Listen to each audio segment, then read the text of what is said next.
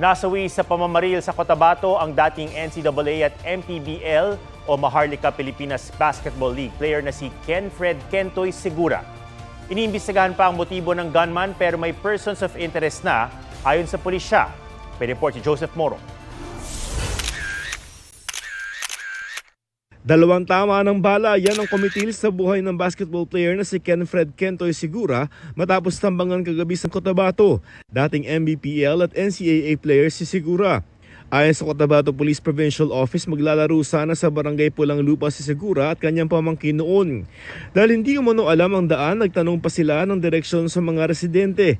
Doon na sila pinagbabaril. Ang suspect ginamit pa ang sasakyan ng biktima para makatakas. Binawi na ang buhay si Segura habang ligtas ang kanyang pamangkin. Naharang sa operasyon ng mga pulis na sasakyan tugma umuno sa sinakyan ng gunman. Nakatakas ang driver nito pero hawak na ng mga pulis ang kasamahan nitong babae. Kapwa sila itinuturing na person of interest. Patuloy ang investigasyon sa motibo sa krimen. Joseph Morong, nagbabalita para sa GMA Integrated News.